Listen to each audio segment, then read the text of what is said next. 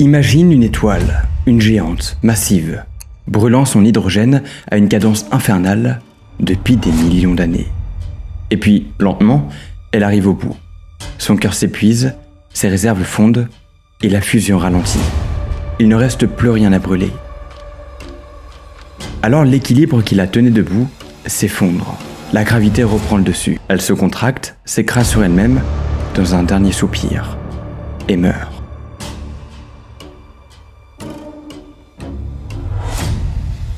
C'est le genre de fin qu'on connaît bien, le scénario classique. Une supernova, une explosion titanesque et, puis au centre, quelque chose de noir. Un point sans retour. Mais si, cette fois, quelque chose de différent apparaissait? Pas un monstre gravitationnel comme on les imagine, pas un trou noir qui avale tout, y compris la lumière. Non, à la place, une sphère, presque parfaite. Immobile, silencieuse, pas de jet de matière, pas d'horizon flou, rien que cette forme étrange dans l'espace. Et si on s'était trompé depuis le début? Et si ce que l'on appelait un trou noir n'était en réalité qu'une sorte de masque, une illusion? Une version incomplète d'un objet qu'on croyait connaître, mais dont on n'a peut-être aperçu que l'ombre. Et c'est une idée dérangeante parce qu'elle touche à une idée qu'on croyait solide. Les trous noirs. On les a étudiés, modélisés, photographiés même. On a même détecté leur fusion au travers des ondes gravitationnelles. Ils sont partout dans les galaxies et façonnent leur évolution. Ils sont au cœur de notre compréhension de la mort des étoiles, les plus massives. Alors, remettre en question leur existence, c'est comme remettre en question les fondements d'une cathédrale alors qu'on vient à peine d'y entrer. Mais pourtant, c'est exactement ce que certains physiciens ont commencé à faire. Et ils ne l'ont pas fait à la légère. Ils sont partis d'un constat simple. Dans l'équation du trou noir, il y a des choses qui ne collent pas. Il y a des paradoxes, des zones d'ombre, des trous dans les lois, littéralement. C'est ce qu'on appelle mathématiquement et physiquement des singularités. Des endroits où la physique cesse de répondre. La singularité. La perte d'information. L'incompatibilité avec la mécanique quantique. Tous ces points qu'on ignore souvent dans les grandes équations, mais qui sont bel et bien là, en plein centre du problème. Alors, une autre hypothèse a émergé. Une alternative. Et cette alternative, c'est le gravastar. Un objet théorique imaginé au début des années 2000 qui pourrait tout changer. Il ressemblerait à un trou noir, mais sans en être un, et il se ferait passer pour lui.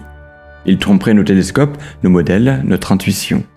Mais à l'intérieur, ce serait tout autre chose. Pas de singularité et pas de point de non-retour. Et si c'était ça qu'on observait depuis le début? Des objets qu'on croyait noirs, mais qui ne le sont en fait pas vraiment. Des sphères étranges, calmes, silencieuses. Des gravastars. Alors ce qu'on pensait être l'histoire des trous noirs pourrait bien n'avoir été qu'une étape. Une erreur de perspective ou de mirage dans le ciel profond. Alors, et si on reprenait tout depuis le début? Bienvenue les amis dans cette toute nouvelle vidéo. Aujourd'hui on va parler des gravastars. Alors c'est simple, c'est tout nouveau parce que j'en ai jamais parlé. J'ai jamais prononcé une seule fois, je crois, le mot gravastar sur ma chaîne. En tout cas, j'espère que cette vidéo va vous plaire. Juste avant, j'aimerais vous annoncer que mon podcast Mystère Étoile est numéro 2 dans les podcasts en France. Donc en gros, c'est le deuxième le plus écouté de France. Alors juste ça, c'est dingue. Donc merci beaucoup pour tout votre soutien. On est bientôt 40 000 là-bas et vous êtes des centaines de milliers à l'écouter chaque jour. Donc pour ça, merci. Je vous mets le QR code ici. Si vous me regardez par exemple sur une télévision, eh bien vous pouvez le scanner et puis après rejoindre le podcast. Sinon, il y a le lien en description et en commentaire épinglé pour pas le louper. Je tiens à remercier aussi tous les membres de la chaîne qui sont toujours de plus en plus nombreux. Si vous voulez rejoindre la chaîne, il y a le QR code aussi ici et le lien en description. Ça vous permet de bénéficier d'avantages exclusifs comme voir les vidéos en avant-première ou avoir une meilleure visibilité en commentaire pour que je vous réponde plus facilement. Et les membres de la chaîne peuvent même m'aider à trouver les sujets pour les prochaines vidéos. Donc si jamais vous voulez participer un petit peu à la chaîne en même temps, voilà. Et juste avant qu'on commence, je vous fais confiance, je compte sur vous pour me dire en commentaire ce que vous pensez de cette vidéo-là, sur les gravastars et même de la théorie de manière générale. Est-ce que vous pensez que les gravastars sont possibles ou pas du tout? C'est quoi votre avis par rapport à ça? Donc je vous laisse vraiment regarder la vidéo et ensuite répondre, parce que vous ne répondez pas avant d'avoir regardé la vidéo, sinon ça n'a pas de sens. En tout cas, j'espère que cette vidéo va vous plaire, on est parti. Bon, à la base, l'idée que la lumière puisse être prisonnière de la gravité ne date pas d'Einstein. Elle est bien plus ancienne. Elle remonte au XVIIIe siècle, à une époque où l'on commençait à peine à comprendre ce qu'était la lumière. En 1784, un physicien britannique, John Michell, a une intuition assez incroyable pour son temps. Il se dit que si une étoile était suffisamment massive, alors la gravité à sa surface serait si forte qu'aucune lumière ne pourrait s'en échapper. Parce qu'à l'époque, on pouvait imaginer que la lumière avait une sorte de masse effective, qui dépendait de son énergie, ou autrement dit, de sa couleur. Et bien du coup, si la lumière ne peut pas s'échapper de cette étoile, l'astre deviendrait invisible. Mitchell l'appelle alors une étoile noire. C'est une simple idée lancée comme une hypothèse, une supposition, mais elle a tout ce qu'il faut pour poser les bases d'un concept qui mettra 2 siècles à évoluer. Quelques années plus tard, le mathématicien et astronome français Pierre-Simon Laplace arrive à la même conclusion. Lui aussi envisage qu'une étoile puisse être si dense que la vitesse nécessaire pour échapper à sa gravité dépasserait celle de la lumière. Il en parle dans ses écrits, puis abandonne l'idée. À l'époque, la lumière est encore perçue comme une particule, une sorte de matière subtile. La relativité n'existe pas, la mécanique quantique non plus. Alors forcément, l'idée semble trop étrange. Donc on l'oublie, on la laisse de côté. Il faut attendre 1915 pour que quelque chose de fondamental change. Cette année-là, Albert Einstein publie sa théorie de la relativité générale. Une nouvelle manière de penser la gravité. Ce n'est plus une force, c'est la courbure de l'espace-temps. Et l'année suivante, en pleine guerre mondiale, un physicien allemand, Karl Schwarzschild, mourant sur le champ de bataille, trouve une solution exacte aux équations d'Einstein. Il décrit ce qui se passe quand une masse énorme est concentrée dans une toute petite région. Il découvre ce qu'on appellera plus tard l'horizon des événements. Une frontière mathématique au-delà de laquelle plus rien, pas même la lumière, ne peut en revenir. Mais là encore, on ne comprend pas bien ce que ça veut dire. Cette solution paraît étrange, presque trop parfaite, même si elle est conforme aux équations, mais elle semble irréelle. Pendant des années, les physiciens vont la considérer comme une curiosité mathématique, sans réalité physique. Une sorte de jeu d'équations qui ne se trouve pas dans le vrai univers. On parle de singularité, mais personne ne sait quoi en faire. C'est une anomalie, une bizarrerie. Puis, lentement, la situation change. Dans les années 1930, un jeune physicien indien du nom de Subrahmanyan Chandrasekhar montre lorsqu'une étoile dépasse une certaine masse, elle ne peut pas s'effondrer en naine blanche. Elle devient alors instable. Son travail est d'abord rejeté, contesté, même par des figures comme Eddington. Mais il a raison, et son résultat va ouvrir la voie à une nouvelle compréhension des fins de vie des étoiles. Dans les décennies suivantes, d'autres grands noms s'attaquent à la question. Stephen Hawking qui introduit la thermodynamique dans le monde des trous noirs et montre qu'ils peuvent, en théorie, s'évaporer lentement en rayonnement. L'idée du trou noir devient de plus en plus crédible. Elle se solidifie et gagne en cohérence. Et surtout, elle s'ancre dans le réel, parce que l'univers commence à en révéler des traces. Au milieu du XXe siècle, les astronomes détectent des sources lumineuses étranges dans le ciel. Des quasars. Des objets lointains, brillants, alimentés par des disques de matière chauffés à des températures extrêmes. En étudiant ces phénomènes, on comprend qu'au centre de nombreuses galaxies se trouve une masse invisible, compacte, gigantesque. Quelque chose qui attire, qui compresse, et qui fait tourner des étoiles à des vitesses folles. On parle alors de trous noirs supermassifs. Mais tout ce que l'on voit, ce sont des indices indirects. Des effets gravitationnels, des mouvements d'étoiles, des jets de matière qui jaillissent de noyaux galactiques. On ne voit jamais le trou noir lui-même. On en devine la présence à travers ses conséquences. C'est comme si on observait un animal invisible à travers les traces qu'il laisse dans la neige. Puis arrive un moment charnière. En 2019, la première image d'un trou noir est rendue publique. Elle montre l'ombre du monstre au centre de la galaxie M87. Alors c'est pas une photo au sens classique du terme, mais une reconstitution à partir des données collectées par un réseau de radiotélescopes répartis sur toute la planète. Une silhouette floue, entourée d'un anneau de feu. Et en 2022, une deuxième image, cette fois de Sagittarius à étoile, le trou noir supermassif, au centre de notre propre galaxie.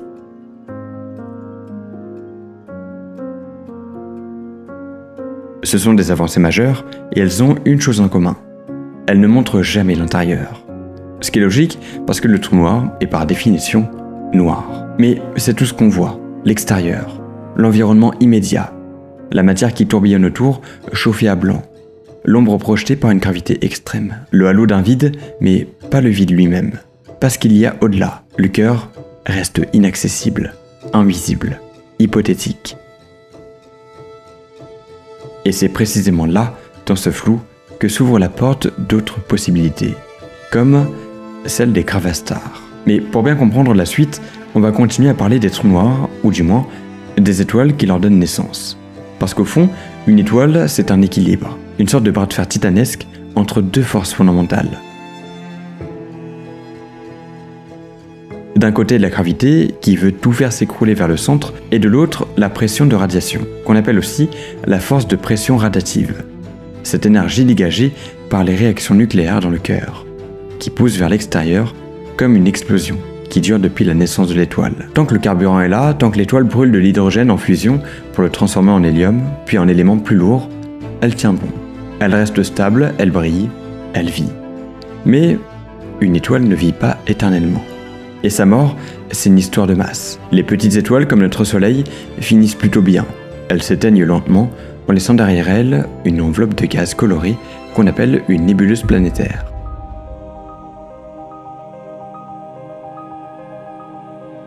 Et au centre, il reste une naine blanche, un cadavre stellaire dense, chaud, à peu près la taille de la Terre, mais 1000 fois plus massif. Elle ne brille plus par fusion, seulement par la chaleur qu'elle a accumulée pendant sa vie. Mais si on monte en masse, l'histoire change.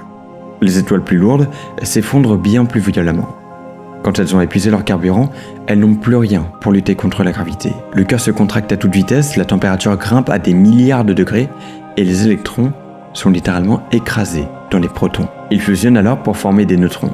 Ce processus provoque une onde de choc qui fait exploser l'étoile en supernova, laissant derrière elle une étoile à neutrons. Une étoile à neutrons, c'est globalement un monstre compact.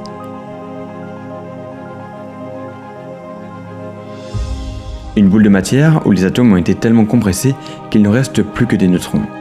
Un objet de la taille d'une ville, mais avec une masse équivalente à celle du Soleil. On ne peut pas vraiment se représenter ce genre de densité. Une cuillère à café de cette matière pèserait des milliards de tonnes. C'est à la fois fascinant et complètement flippant. Mais parfois, même cette densité extrême ne suffit pas. Certaines étoiles sont trop massives, trop lourdes, trop instables. Dans ces cas-là, ni la pression thermique, ni la pression de dégénérescence des neutrons ne peuvent contenir l'effondrement. La gravité gagne. Et selon notre compréhension actuelle, l'étoile s'effondre, sans fin, jusqu'à former un trou noir. Un objet dont l'intérieur défie toutes nos lois de la physique. Une singularité. Un point sans dimension, sans volume, mais avec une masse énorme. Entouré d'un horizon des événements. Une frontière invisible qui marque le point de non-retour. C'est ce qu'on pense. C'est ce que la majorité des modèles décrivent. Une étoile meurt, et selon sa masse, elle devient soit une naine blanche, soit une étoile à neutrons, soit un trou noir. 3 issues possibles, 3 fins. Mais si la nature avait glissé une autre possibilité, quelque chose qu'on aurait négligé ou qu'on aurait classé trop vite. Et si certaines étoiles très massives, au lieu de s'effondrer jusqu'à une singularité, donnaient naissance à autre chose. Un objet tout aussi dense, tout aussi compact, mais sans singularité, sans point de non-retour, sans destruction d'information. Un objet qui aurait l'air d'un trou noir, qui se comporterait presque comme tel, mais qui à l'intérieur serait totalement différent. Et c'est là qu'on commence l'histoire des gravastars. Là, on arrive sur le moment important. Alors, qu'est-ce qu'un gravastar exactement? Eh bien, c'est un objet théorique, oui. Un modèle physique proposé pour résoudre une énigme qui résiste depuis plus d'un siècle, celui des trous noirs. Mais réduire le gravastar à une simple alternative serait passer à côté de ce qu'il représente vraiment. Il ne s'agit pas juste d'un trou noir sans singularité, c'est une proposition radicale sur la manière dont la matière, l'espace et le temps peuvent s'organiser quand on les pousse à leurs limites.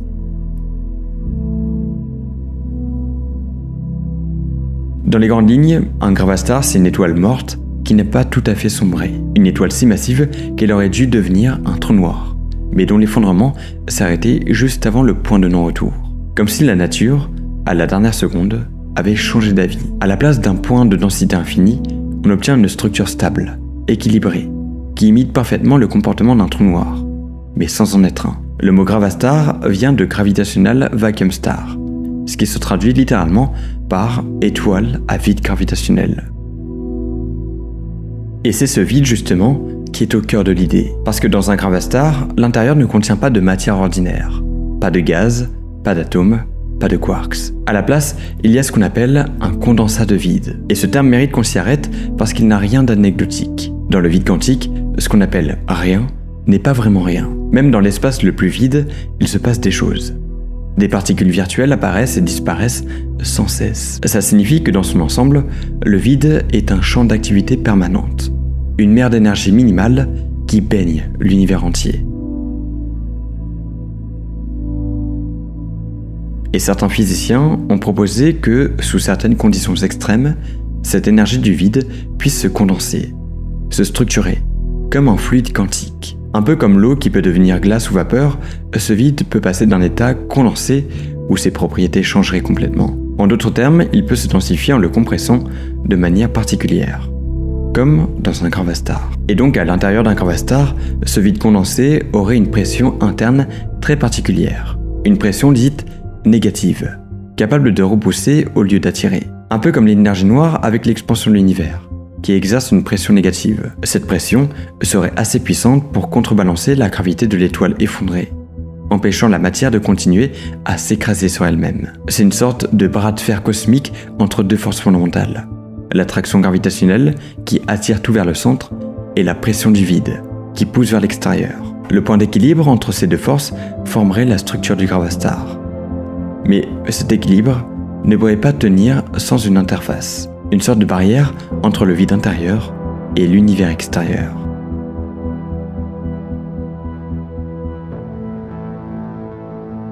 C'est là qu'intervient la fameuse coquille du gravastar, une couche extrêmement fine et lisse, mais incroyablement dense. Un peu comme la surface d'une bulle de savon, sauf que cette bulle-là serait faite de matière exotique, peut-être comparable à celle qu'on soupçonne dans l'énergie noire, ou dans certaines phases de la matière étudiée en physique des hautes énergies. Cette coquille joue le rôle de jointure. Elle encaisse toute la pression du vide intérieur, elle maintient la cohésion de l'objet et surtout, elle remplace ce que l'on appelle l'horizon des événements. Dans un gravastar, il n'y a pas de frontière absolue de ce genre.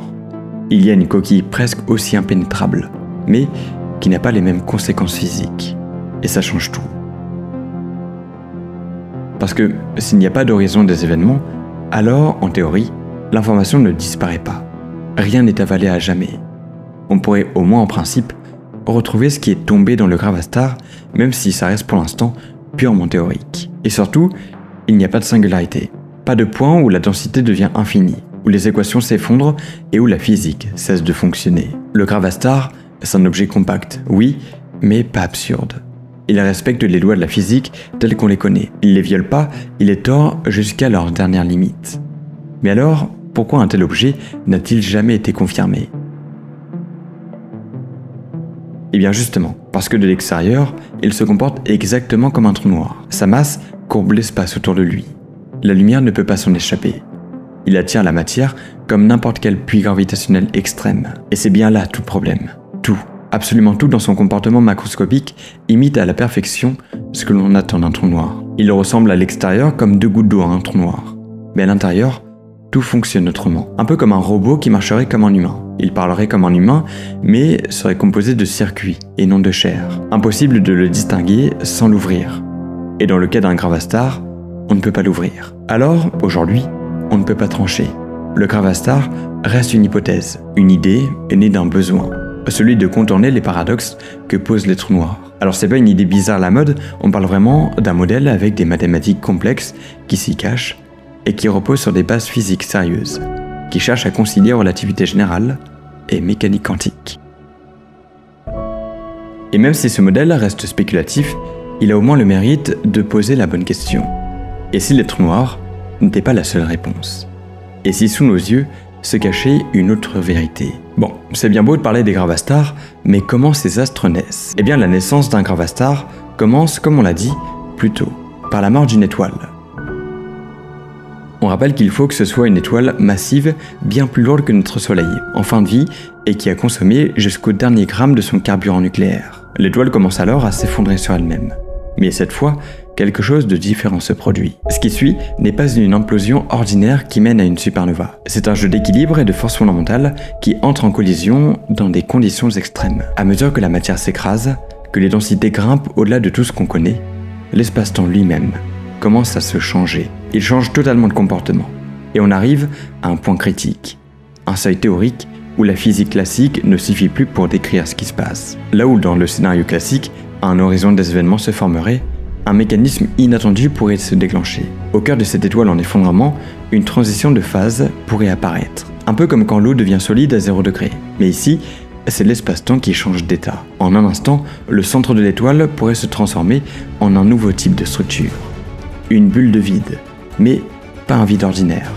Un vide quantique, compressé, instable, et potentiellement saturé en matière exotique ou en énergie noire, qui serait relié à ce qu'on appelle la constante cosmologique, cette mystérieuse force qui semble faire accélérer l'expansion de l'univers à grande échelle.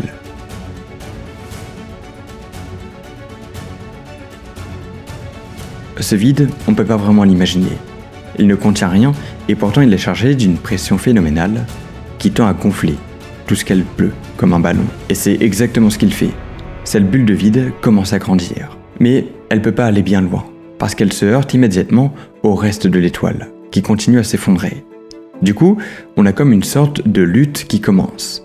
Le vide pousse vers l'extérieur et la gravité pousse vers l'intérieur. Et à un moment très précis, un équilibre s'installe.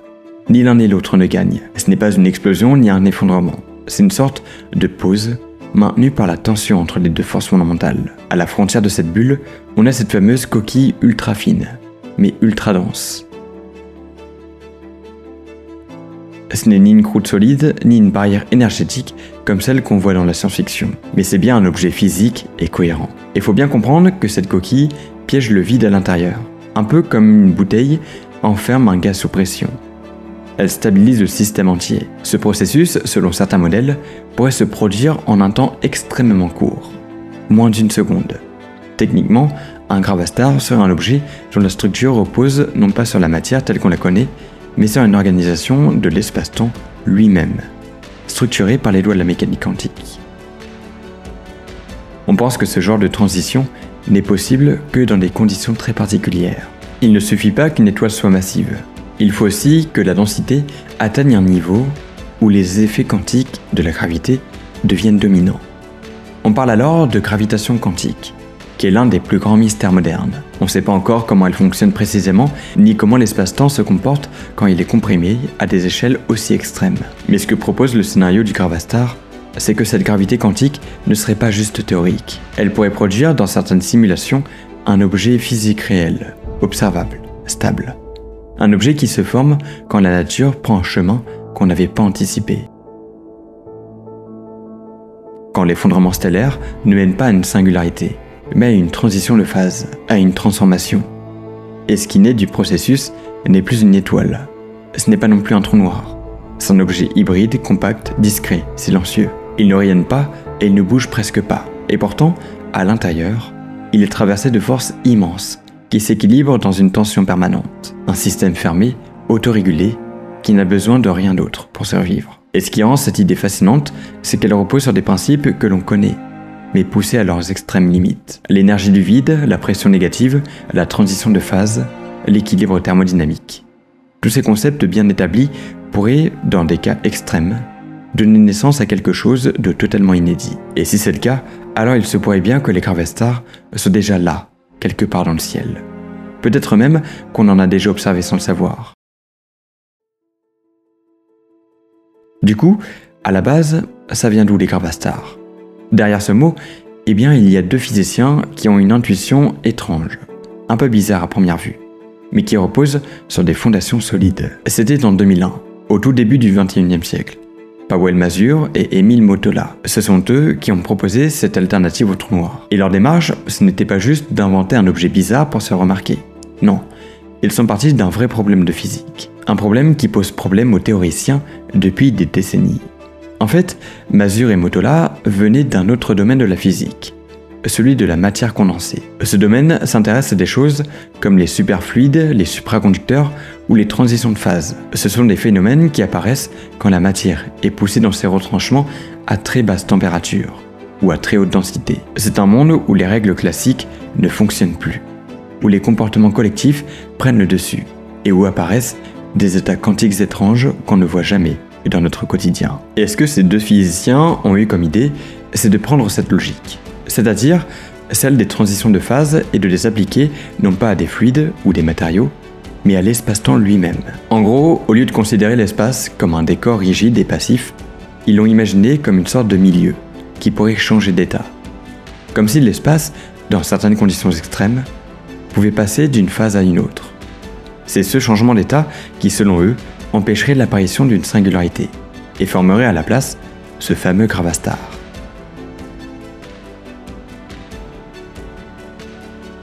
Leur idée a surpris, elle était audacieuse, mais elle n'est pas restée dans un tiroir.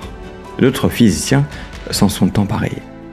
Des chercheurs en relativité générale, en cosmologie et en gravité quantique. Des gens sérieux, parce que, même si le gravastar n'est pas encore une réalité observée, il répond à des questions réelles, sur des problèmes bien identifiés.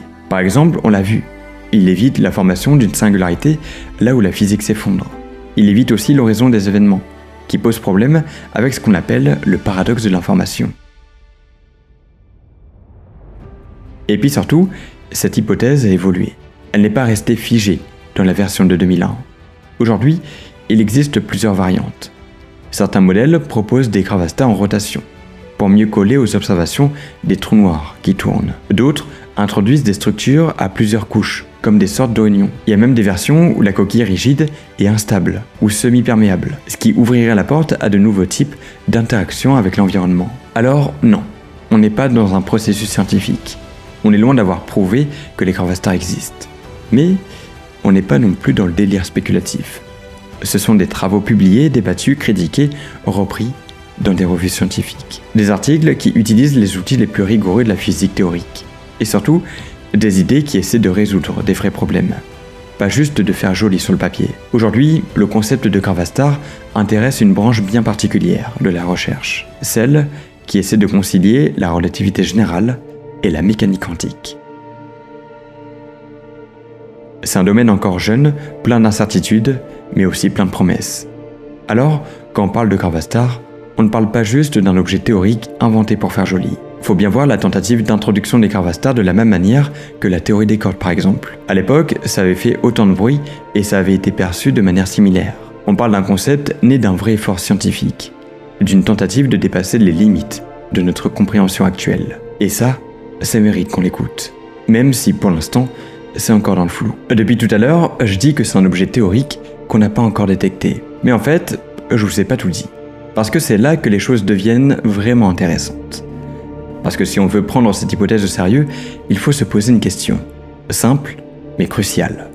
Comment est-ce qu'on peut détecter un gravastar? Comment on peut faire la différence entre lui et un trou noir, alors qu'à distance, ils ont l'air exactement pareils? De loin, un gravastar a la même masse, et comme je vous l'ai dit plus tôt, il courbe l'espace autour de lui de la même manière. Il avale la lumière avec autant d'efficacité, et il provoque les mêmes effets gravitationnels que les trous noirs. Donc avec des télescopes classiques, même les plus puissants, ce qu'on observe, c'est l'environnement autour de ces objets, pas l'objet lui-même. On voit les jets de matière, les disques d'accrétion, les effets sur les étoiles qui tournent autour, mais pas ce qu'il y a au centre, ni pour un trou noir, ni pour un gravastar. Alors, pour aller plus loin, il faut changer de méthode. Et là, on entre dans l'ère des ondes gravitationnelles. Ces ondes, c'est littéralement des vibrations de l'espace-temps, qui se propagent à la vitesse de la lumière. Elles sont créées quand des objets très massifs bougent brutalement. Par exemple, quand deux étoiles à neutrons ou deux trous noirs tournent l'un autour de l'autre, puis fusionnent. Cette fusion libère une énergie gigantesque, qui se propage dans tout l'univers sous forme d'ondes. Un peu comme une goutte qui tombe dans l'eau et qui crée des cercles.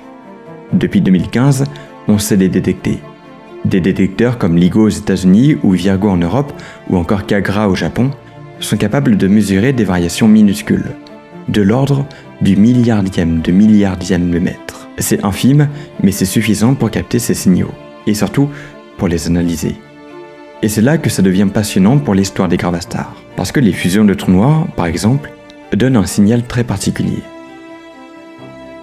Une montée progressive en fréquence et en intensité comme un sifflement qui grimpe, jusqu'à un pic brutal. C'est le moment de la fusion. Et ensuite, le signal retombe d'un coup, très vite. C'est ce qu'on appelle le chirp. Et si ce n'était pas un trou noir? Si c'était un gravastar? Là, les choses pourraient changer. Parce qu'un gravastar, lui, n'a pas d'horizon des événements. Il a une structure, il est rigide, ou au moins semi-rigide. Et ça pourrait produire un comportement très différent au moment de la fusion. Et il y a une idée que plusieurs chercheurs prennent au sérieux, celle des échos gravitationnels. En gros, après la fusion, au lieu d'un silence complet qu'on appelle le ring down ou la phase de relaxation, le signal pourrait rebondir et être légèrement amplifié, comme si une partie de l'onde revenait en arrière, rebondissait sur la surface du gravastar, puis repartait. Et ça créerait une toute petite secousse secondaire, quelques millisecondes après le pic principal. Un écho, quelque chose de discret, enfoui dans le bruit des instruments de détection, mais qui ne devrait pas être là si c'était un vrai trou noir. Plusieurs équipes ont fouillé les données enregistrées par LIGO et Virgo pour voir si ces échos existaient, et certaines ont effectivement trouvé des anomalies, de minuscules signaux secondaires, difficiles à interpréter, mais qui pourraient correspondre à ce genre de rebond. Alors, c'est pas encore une preuve, loin de là. Les résultats sont très controversés et les incertitudes sont grandes. Certains pensent même que ce n'est peut-être que du bruit statistique. Mais c'est pas rien non plus.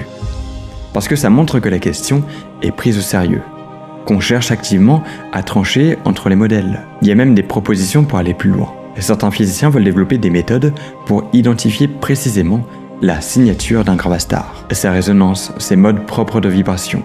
Un peu comme si on écoutait un instrument de musique. Un violon et un piano peuvent jouer la même note, mais on reconnaît la différence grâce à la texture du son. Ici, ce serait pareil, mais avec l'espace-temps lui-même. Alors, non, on ne peut pas encore pointer un objet dans le ciel et dire « ça, c'est un gravastar ». Mais les outils sont là. La technologie progresse. Mais maintenant, histoire d'y voir un peu plus clair, on va comparer le trou noir et le gravastar. Parce que de loin, c'est presque pareil, mais à l'intérieur, c'est pas du tout la même chose. Un trou noir, déjà, c'est quelque chose d'extrême. Quand une étoile s'effondre, elle s'écrase complètement sur elle-même, jusqu'à former un point sans volume, mais avec une densité infinie. Ce qu'on appelle donc la singularité, comme on l'a dit. Et à ce moment-là, les lois de la physique nous sont encore inconnues. Tout ce qu'on connaissait ne marche plus. Autour, il y a l'horizon des événements, qui englobe la singularité. Une sorte de frontière. Dès qu'elle est franchie, il est impossible de faire un retour en arrière. La lumière, l'information, peu importe, tout est bloqué, coincé pour toujours. Et c'est là que les ennuis commencent. Parce que, selon la mécanique quantique, l'information ne peut pas disparaître. C'est une règle qui est fondamentale. Le paradoxe de l'information. Même Hawking s'est battu avec ça pendant des années. Et pour sauver la physique, on a dû imaginer des trucs très tordus. Des hologrammes, des trous de verre, des états quantiques cachés dans l'horizon. Mais le gravastar, lui, permet de tout résoudre. Pas de point infiniment dense, pas de singularité, pas de frontière où tout disparaît. À la place, on a un astre réel, avec une structure. Une coquille super dense, super rigide. Et à l'intérieur, un vide ultra compressé, composé d'énergie, mais un vide stable. Pas besoin que tout s'écrase. Pas besoin de sortir du cadre de la physique. L'effondrement s'arrête avant. Il s'équilibre. Et comme il n'y a pas d'horizon des événements, l'information, elle, peut toujours ressortir. Ou au moins, elle n'est pas perdue, pas détruite. Et ça change tout. Pas de paradoxe, pas besoin de forcer la physique à faire des trucs bizarres. Le gravastar est donc une alternative au trou noir.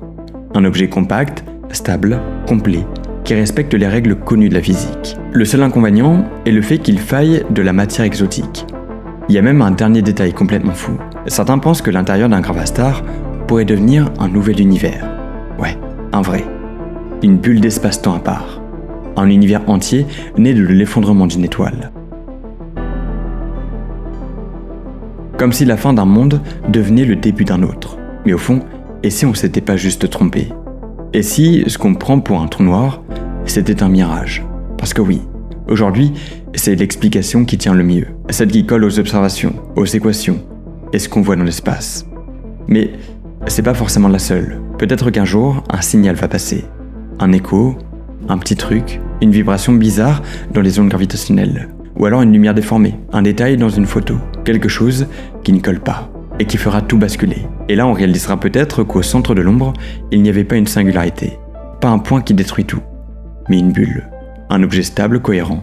Un gravastar. Ce n'était pas un monstre, juste une façon pour l'univers de fonctionner. Si vous souhaitez en savoir plus sur les trous noirs, je vous mets une vidéo juste ici qui vous a beaucoup plu d'ailleurs, c'est en collaboration avec l'Agence spatiale européenne. Sinon, je vous mets ici une playlist que vous pouvez lancer sans prise de tête. C'est les meilleures vidéos de ma chaîne, donc je pense que ça va vous plaire. Merci à ceux qui rejoindront la chaîne juste après cette vidéo. N'oubliez pas de me dire en commentaire ce que vous pensez du coup des gravastars, est-ce que vous y croyez ou non ou pas du tout. On se retrouve très bientôt pour une toute nouvelle vidéo. N'oubliez pas que vous avez sur mon podcast Mystère Étoile toutes les vidéos un jour avant leur sortie officielle. C'était Zebrolos, à bientôt.